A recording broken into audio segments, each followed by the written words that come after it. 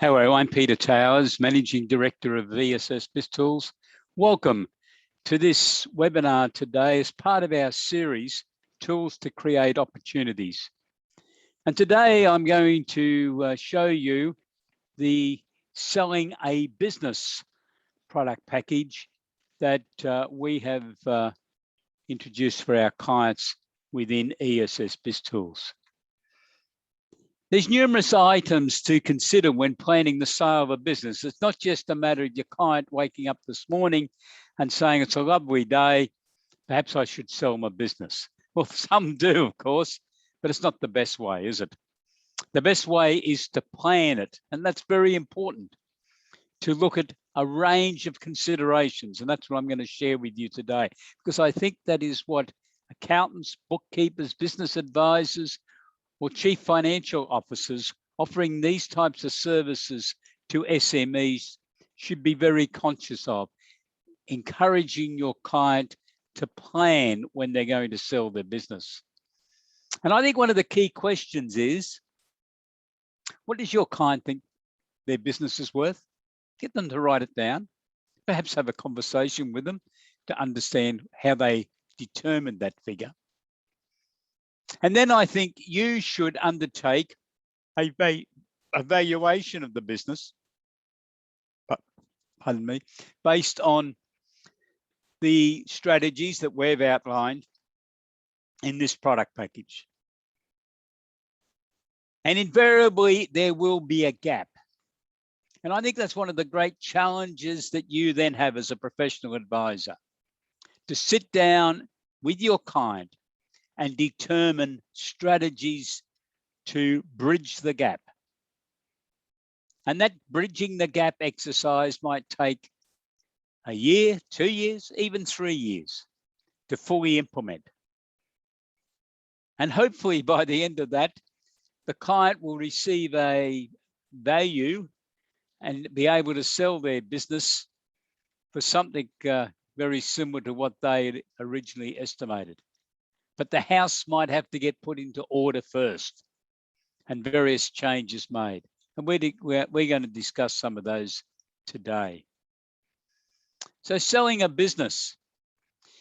In our package, we have explanation forms, which we call BAS forms, Business Advisory Services forms, mentoring papers, which our subscribers are able to badge and send to your clients and prospects. There are PowerPoint slides to help you run a seminar or webinar talking to your clients about the strategies that they could implement with you to assist in selling their business for the best possible price. And briefing videos just summarizing this whole approach. So what I'm now going to do is to go to our website and bring that up for you to have a look at. And we're going to be going to the Selling a Business website, which is now on your screen. Selling a business is one of the products within ESS BizTools. And if we just have a quick look, there are 30 odd products within ESS BizTools. They're all part of our advanced package. And most of them are in our optimum package, everything except the link to ESS BizGrants is included. And then we have other specific packages, Chief Financial Officer, business funding, industry specific. And we have the Business Advisory Services Starter Package, which we are promoting at present alongside the other packages which we have listed. So if we now go back and just go to, I've clicked on Selling a Business, that has brought up this summary on selling a business. You can watch a video and we then have a summary of what's included in this particular package. We're now going to download the content. And the first document you get is the summary. selling a business documents that are included. The procedure control form is the guidance area where we guide you through this process.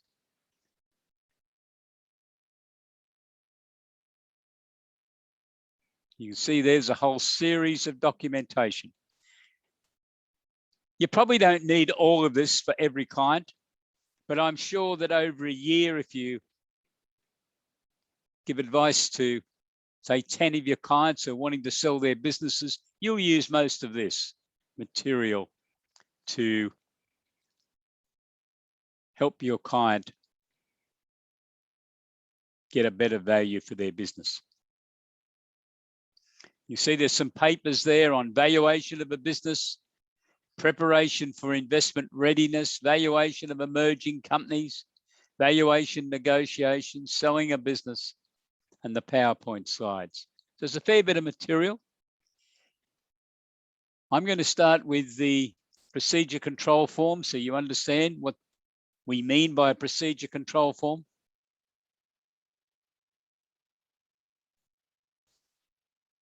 And I've got to share that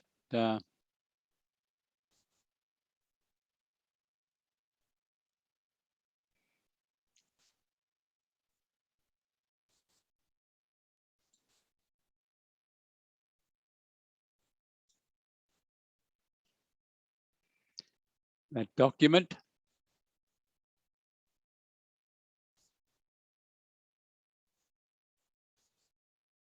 So we have the selling a business procedure control form. You would obviously badge it with your client's details, and you could then start working through it. There is a paper selling a business, which I suggest you start with. And any of your team members who are going to be involved in this process with your client. And there's some forms to assist you with the preparation of the proposal and the quotation, which is very important for when you're undertaking consulting services. Always give a proposal, always give a budget quotation, and always build into it progress payments, I think is your best process. Because this type of consulting work is different to the work you traditionally do for your clients with income tax returns and annual accounts. There's some articles in the system that you might like to share with your client. Selling a business, state of play. So let's just go to that.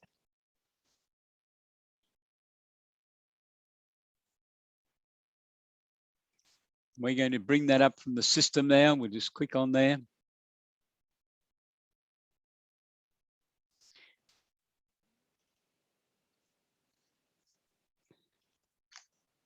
So the state of play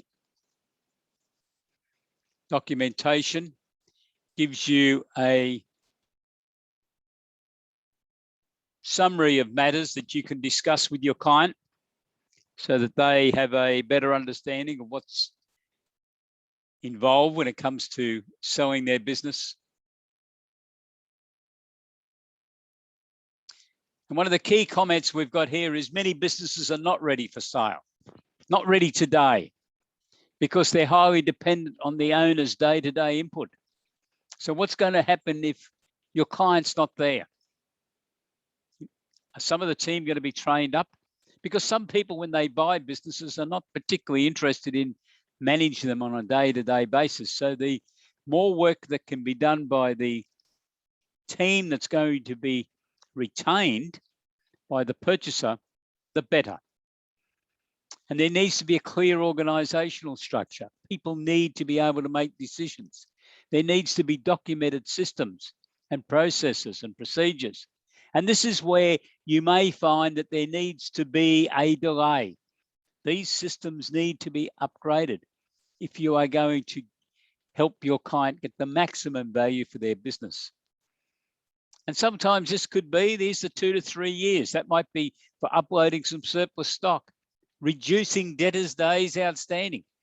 Some purchasers will not be very impressed if they look at a business and they see it's got debtors' days outstanding of 95 days. That's going to impact on their cash flow. If those customers are used to only paying on a 95-day basis. Is there some unused assets that can be sold so as to reduce the amount of money that your client's hoping to get for the business? Tightening up the creditors.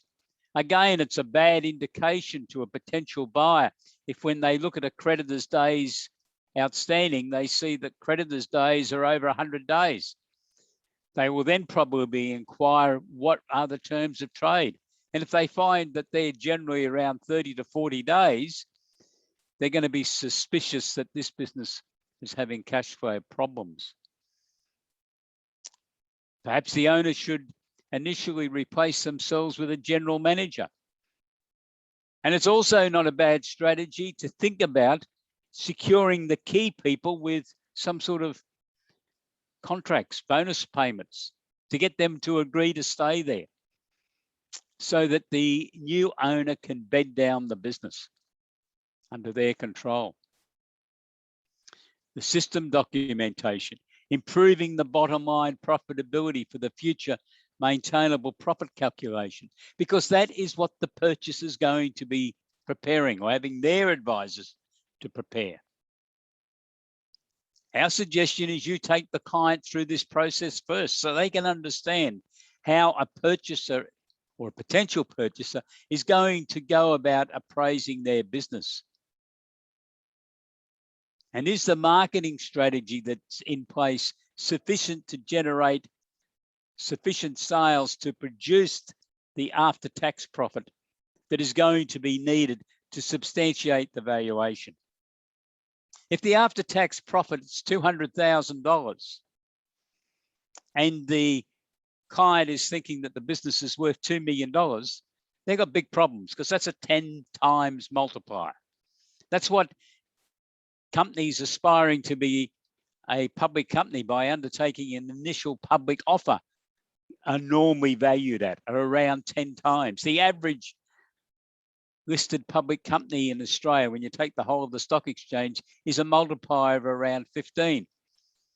So a client that's got a business that might be showing $200,000 after tax, unless they've got some very good systems in place and some very good people and great clients or customers and very good arrangements with suppliers, he's not going to get a valuation multiplier of 10.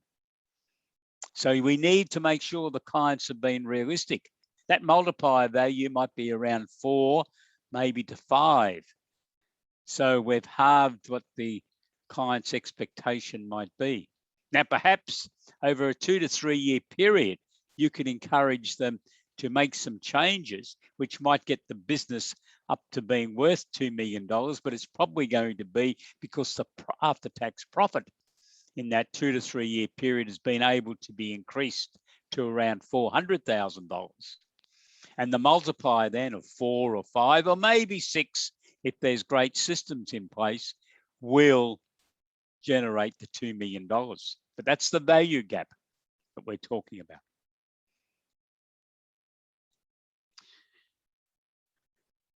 The other matters that we have in this suggested briefing of the client is there's an article that we have, preparation for investment readiness. Get your client to read it because they'll be getting an understanding of what the purchaser's looking at. And there's some work checklists that we have in our system, selling a business consultancy form, getting ready for sale. So let's go into that one. So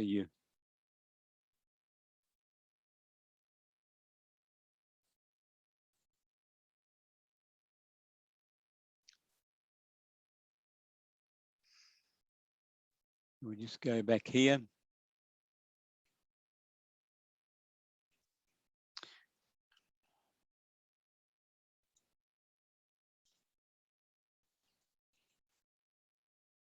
Okay, so we got selling a business, getting ready for sale.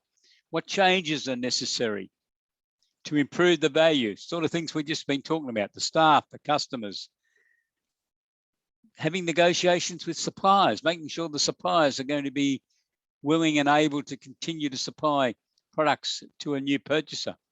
Communications with the market, management. How are you going to replace the key person in the business, which is probably the vendor? Why is the business for sale? It's always good to know that. If there's some very legitimate reasons, ill health or old age or wanting to move south or north to be closer to family, they're all reasons. We've talked about what the business is worth. I think it's a good idea to be checking gross profit percentages, labor to turnover, and net profit to turnover percentages against industry benchmarks prepared by benchmarking.com to see how the business lines up, because that is what the purchasers advisors will be doing. So what are the impediments to the sale going through straight away? Prepare a list of them and then develop strategies to fix them. How good's the brand's reputation? Is it well known? Do we get customer recommendations? Is there a social media presence? What's the business's unique selling proposition? And is that clearly articulated and understood by all of the team? What differentiates this business? We talked about benchmarking. Our suggestion is you prepare an updated business plan that could be made available to the purchaser. This is the vision. This is where we saw the business going, but we've decided to leave because the owners are of an age they want to retire for whatever reason. But at least it gives the would-be purchaser a vision of where your client thought they were going to take the business. How good's the corporate culture? When you go to the business, do you get a great buzz, a great feeling that everyone's in there working as hard as they can and that there's some excitement, some real interesting stuff happening in this business? Or is it very ordinary? Is it very, well, we've got to be here for 8 hours, so we might as well make the best of it? So that would be poor. A potential purchaser is going to sense that. And they probably have wandered into the business before you know they are a potential purchaser, or your client knows they're a potential purchaser also. So the strategies need to be set as to how this business can be improved, and then develop an action plan and take it forward from there. So these are some of the issues that you need to be considering. I've talked before about a potential staff retention bonus being offered to keep key people in the organization. We could also look at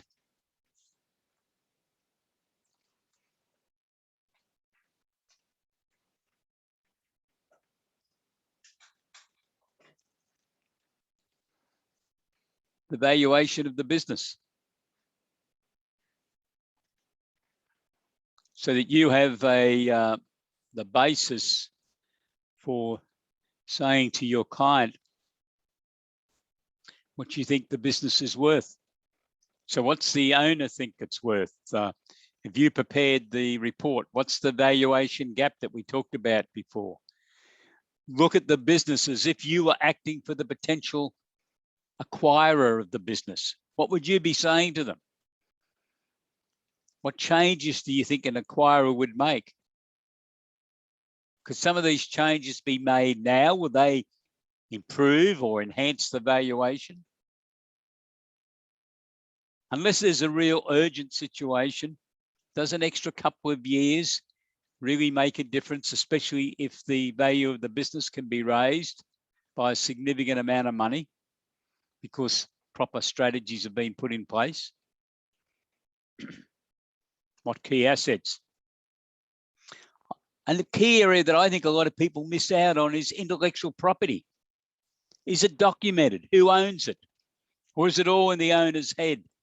Well, this is where the systems manuals need to be developed, because the purchaser is going to want that intellectual property, and me, or if they don't get it, they will be reducing their price offer that they're prepared to make to acquire this business. Is there any patents? Make sure the patents are part of the deal. If they're integral to this business, a purchaser is going to require them. And there's nothing worse than having this sort of discussion when the purchaser's sitting there. You need to make sure that your client clearly understands this before they come face to face with a potential purchaser. What about trademarks? Have they been renewed? Can they be assigned? Brands, the business systems and know-how, how to operate the systems. Is that all documented?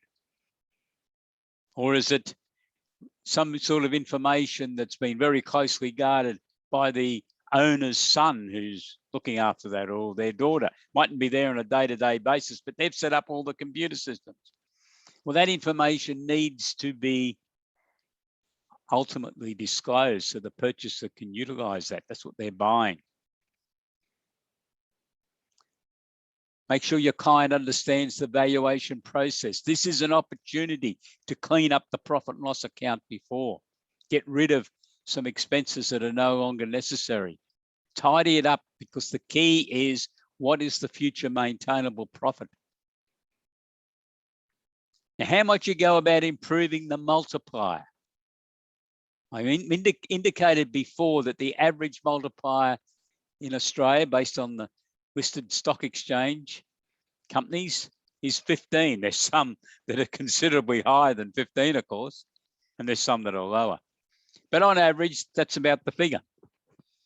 And a company undertaking an IPO normally gets valued initially at around 2/3 of that average figure for the stock exchange. So that brings us back to around 10. And the valuation for a normal company that's got systems in place, got a management team, is somewhere between 4 and 5. Now that can vary.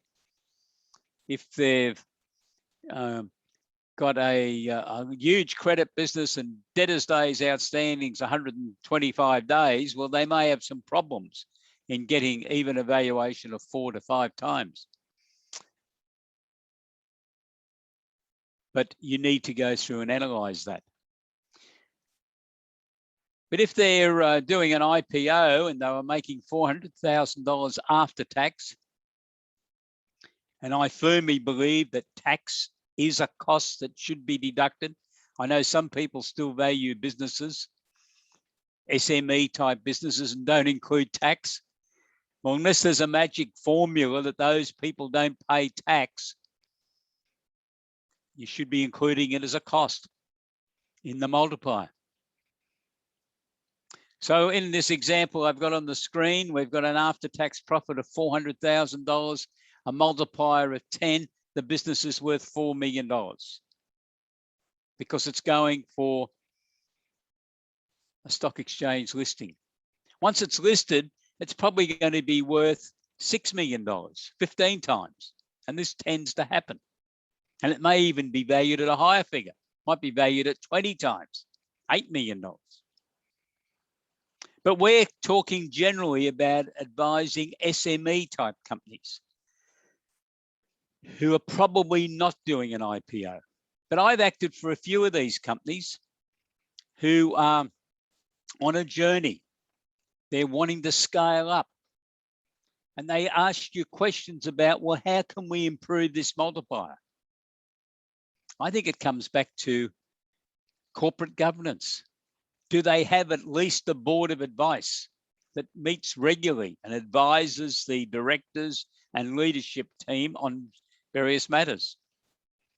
And do they have a board of directors that's an effective board that really works, looks at reports that the leadership team's reporting to? Do they have systems manuals that we've talked about before? Are they conscious of protecting their intellectual property? Are they undertaking research and development? Are they aware of the various government grants that are available, and are they proactive in securing them to save them outlying money? Now, those ones that I've just mentioned do have an effect on the valuation multiplier. So instead of say 5, you may have been able to move it up to 6, 6.5. If they have audited accounts that are audited on a proper business basis, the multiplier could probably be argued at around 7, maybe 7.5. So it's these type of strategies that a business can implement, that it is acting as if it is a public company. And it has a board of directors, a proper leadership team, regular meetings, report writing, conscious of its protection of intellectual property, an audit report, a chief financial officer, which might be supplied on a virtual basis, perhaps or hopefully by your firm. These are all important components of developing this mystical figure, which we call the multiplier when businesses are being valued. It's how close your client's company is performing as if it was a public company. I think businesses can implement strategies to do that. I'm working with one at present. I think it's probably a 3 to 4 year plan that company will have a substantial valuation attributed to it. Company has a very big turnover and a reasonable bottom line. There's going to be a lot of work done on that bottom line over the next 3 to 4 years, and also in fully implementing the systems. And then the valuation can occur. Incidentally, I was one of 12 people who were a group of, special group really, within the Australian business landscape 10 years ago. And that was because we were contractors to Oz Industry to be the business advisors for the COMET program, Commercializing Emerging Technology, which has now been rolled into accelerating commercialization. And back in that 11-year era that I consulted on that program, I had a few of our clients were starting to talk to big international companies. And they were trying to see if those international companies were interested in acquiring them at some stage. And basically what they got told was, you need to do what we've just been talking about. Because international companies don't want to have to supply someone to be the nursemaid to look after a company that they've acquired in Australia. They want the companies to realize that there are international head office charges charged to every operation that they've got in the world. That there's an international research and development levy placed on every company. That there's strict adherence to proper systems and processes so that everything is done on a very similar manner.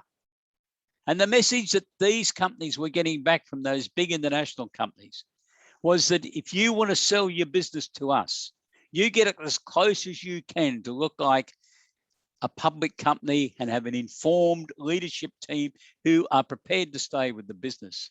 And you will get a very high multiplier offered for your business. If we think we can just walk in and take it over and build it into our network. Now, one of these client companies was in the mining industry. And they inquired what sort of turnover would the international company be interested in if they were to acquire them. And the answer was $40 million per annum. And that company at that stage was only around 1 million. It's now substantially higher. But even now, probably 14 or 15 years after that conversation, the figure is still not $40 million in annual turnover. So some of these processes can take some time.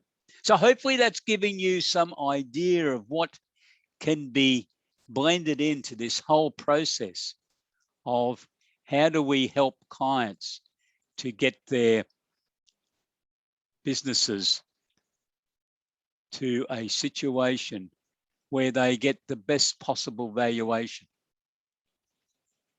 for them.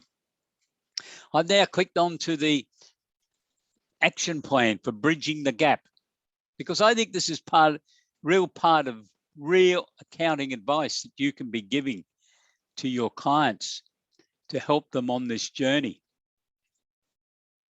Bridging the valuation gap, action plan. What's the owner's valuation? What's your valuation? What's the gap? Write it down, send it to the client, and then list. Give each item a number. What's causing concern? Debtors days outstanding at 97 days. What's our plan? Reduce it to 40 days. What period? 12 months. What are the strategies to fix it? It might be something as simple, making sure the due date for payment of an invoice is clearly stamped on every tax invoice when it goes out. Make sure that there's a clear understanding of every customer's deadline dates for the receipt of their tax invoices, because I find this is one of the biggest problems that a lot of businesses have got. I've had the situation where I've been called upon to give advice to two separate businesses, both supplying products to the same company. One was getting paid in about 37, 38 days and was really asking whether we could get it any lower. The other one, though, was up around 80 days. And they become aware that the first company was getting paid a lot quicker, and they were criticizing their customer. But when we looked at it, the customer had stipulated right from day one that they required all tax invoices for the previous month to be sent to their office with, in some cases, some additional documentation 5 days after the end of the month. No working days were mentioned, 5 days. So it included weekends. The first company had got its act together. It made sure that those documents were submitted and that every bit of attachment that the customer required was attached to those tax invoices. And they basically got paid. The second business was very lackadaisical. Sometimes it'd be 21, 22 days after the end of a month. Well, you know what happened? They had Buckley's chance of getting any processing for the month they were trying to. They were put into the next month. And then they found that in some cases they hadn't attached the extra documentation. It was weighbridge certificates or some other sort of documentation.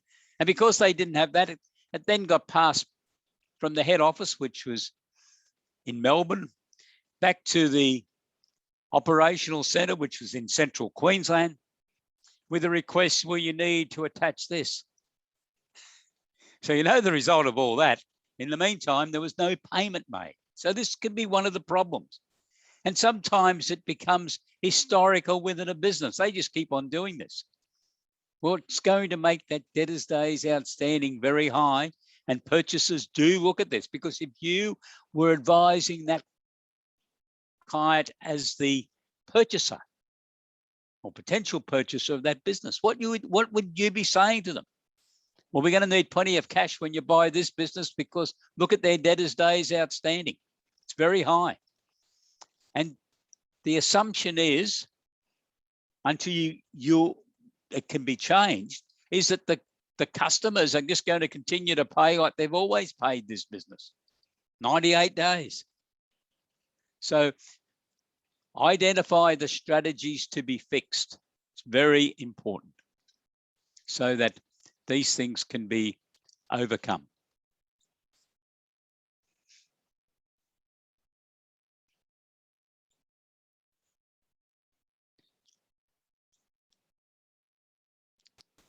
If you're trying to sell shares in a company, I also want to share this document with you.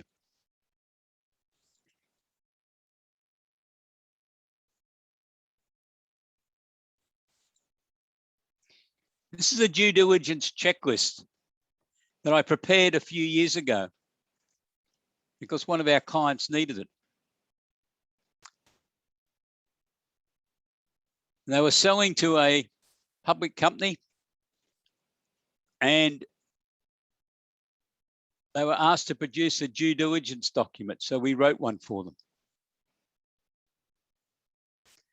And you may get asked to do this, especially if it's the sale of shares in the company, and it might only be a part acquisition, and that's what was happening here.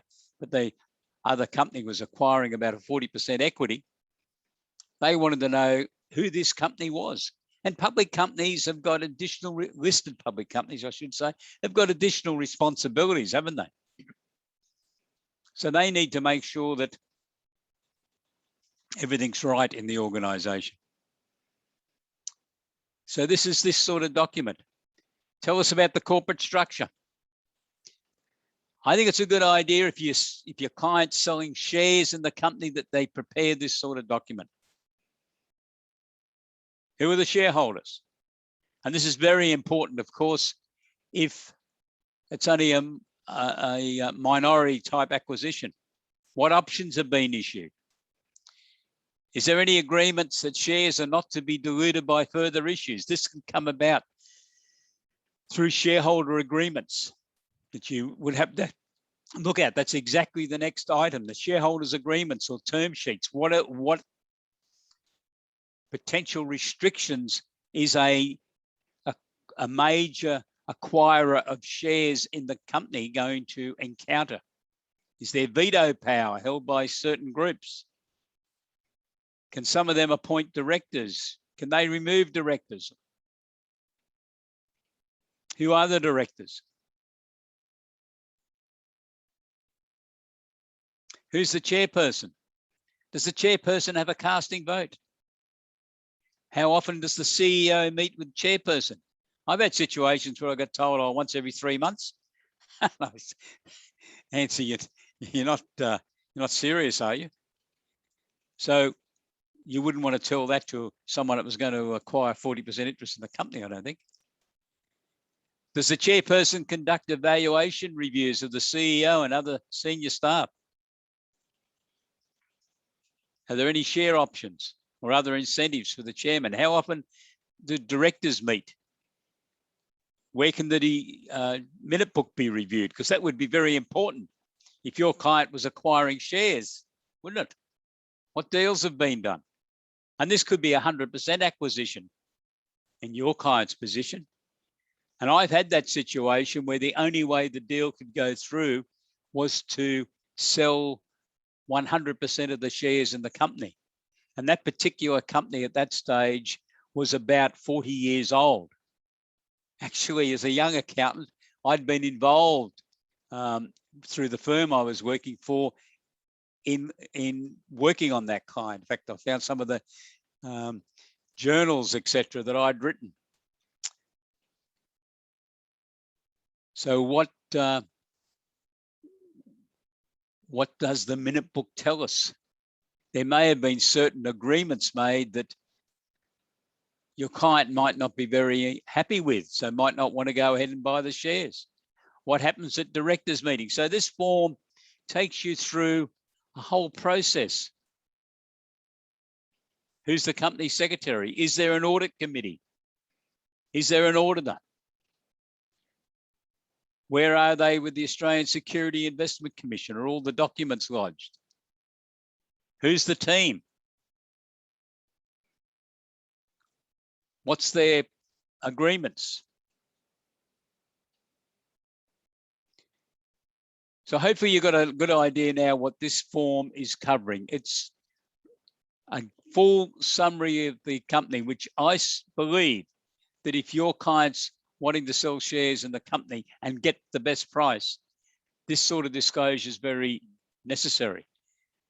But I'd prepare this document first. This is part of this pre-planning. Go through and prepare it and see where the holes are, where the questions that you would ask if you were acting for the purchaser of these shares.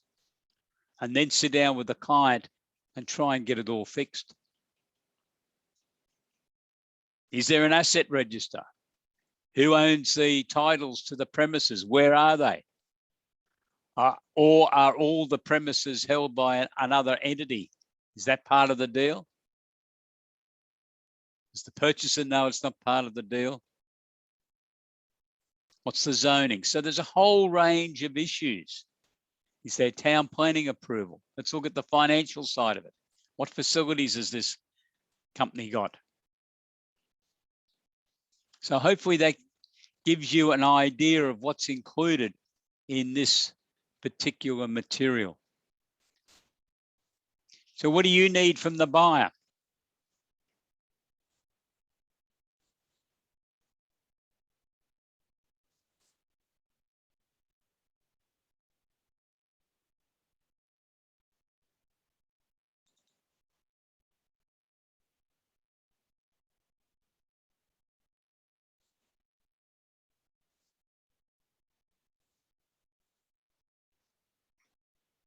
I think it's a good idea to get a background briefing on the buyer, particularly when this might be a drawn out negotiation. You want to make sure that the buyer's got the ability to finalise this deal, don't you? Before your client runs up a bill with you of $5,000 or $10,000 or whatever. Do they have any empathy for the business? I think most vendors will want to know that. Have they signed a confidentiality agreement? In lots of cases, the buyer will be looking for some vendor finance, so we need some questions answered. Who are they? What are they worth? What other commitments have they got? What security is your client going to get on this process? So hopefully all that assists in that overall process of going through and looking at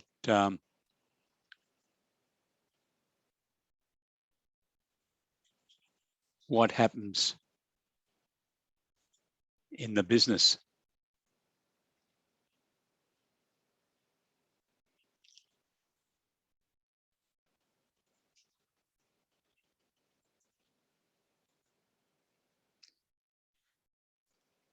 So I now want to talk to you about tools to create opportunities. So you have a better appreciation of this whole process that we're going through.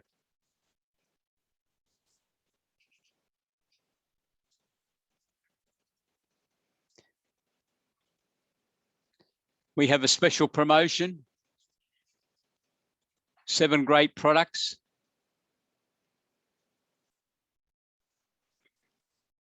Your investment is $795, including GST, and that will give you 24/7 access. This is a special promotion we've introduced to help you diversify your services, but also to give the accountants who are interested in offering a greater range of diversified services a great introduction to a post-pandemic world to be able to offer these services. So you get 7 great products as part of this deal. Business advisory services training, there's 13 modules in that. Business Plus newsletter, you get that 13 times a year, you badge it and send to your clients. You get 343 papers, which you can badge and communicate with your clients, and you receive the SME needs analysis, which gives you a whole range of topics to discuss with clients to get them to commit to extra work. You then select 3 additional products, and they're from this list. There's business health checks. You can pick for 1 of 5 industries. There's business planning, tradies charge out rate calculator, professional service firms charge out rate, or retail stock mix pricing calculator.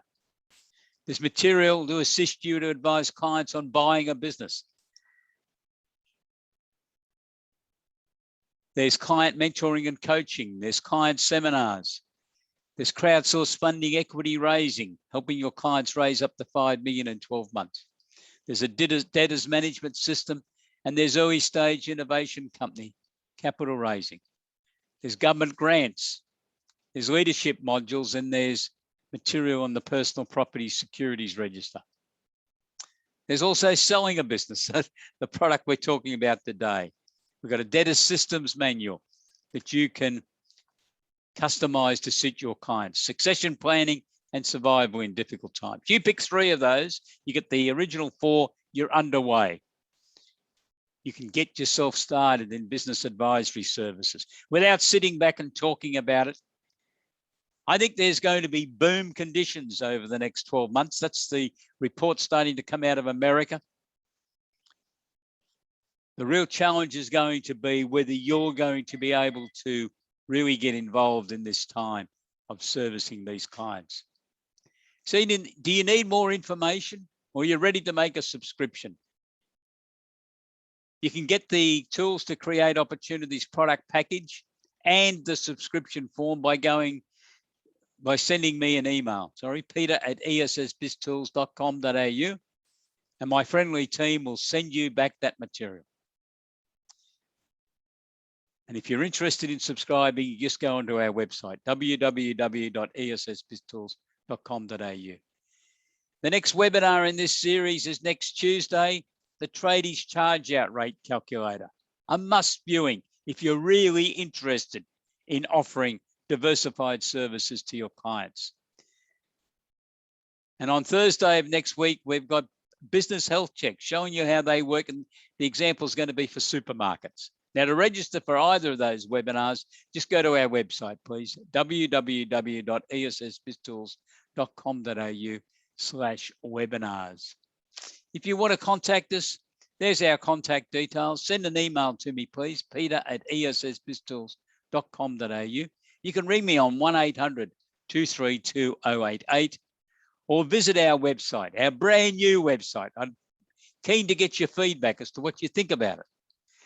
www.essbiztools.com.au. Thank you for joining us for this training webinar today. Stay safe. We're just about out of COVID-19, but we all still need to stay safe. Out of the lockdown periods, I meant to say then. Hopefully everyone is conscious of getting their 2 injections so that we can get back to normal life and get back to working with our clients in their business relationships. Have a great day. Thank you for being with us. Goodbye. Thank you very much.